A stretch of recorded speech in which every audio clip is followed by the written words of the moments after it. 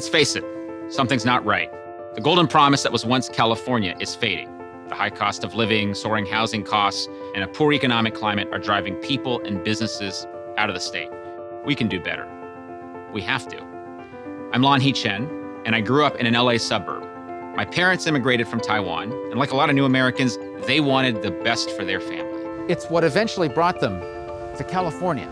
I went to a public high school here in Rowland Heights, and like a lot of other kids growing up in SoCal, I was a diehard Laker and Dodger fan, and still am. When I was 17, I left California and went to Harvard, where I went to college, and then got a master's, a law degree, and my PhD. After helping both Republicans and Democrats develop policies to address some of America's biggest challenges, like improving our healthcare system, saving Social Security, and growing our economy, I moved back to California to raise a family with my wife and our 2 kids.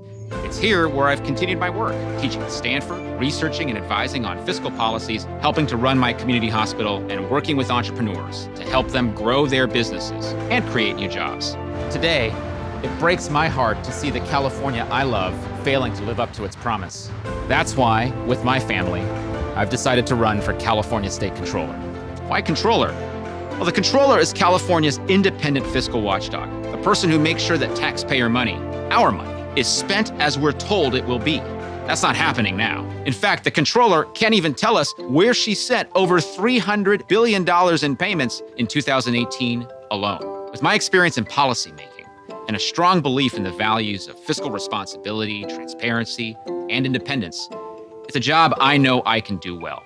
For too long, the Controller has been a Sacramento insider, valuing partisanship over competence. The Controller has been beholden to other politicians, defending them instead of fighting for you. That won't be me.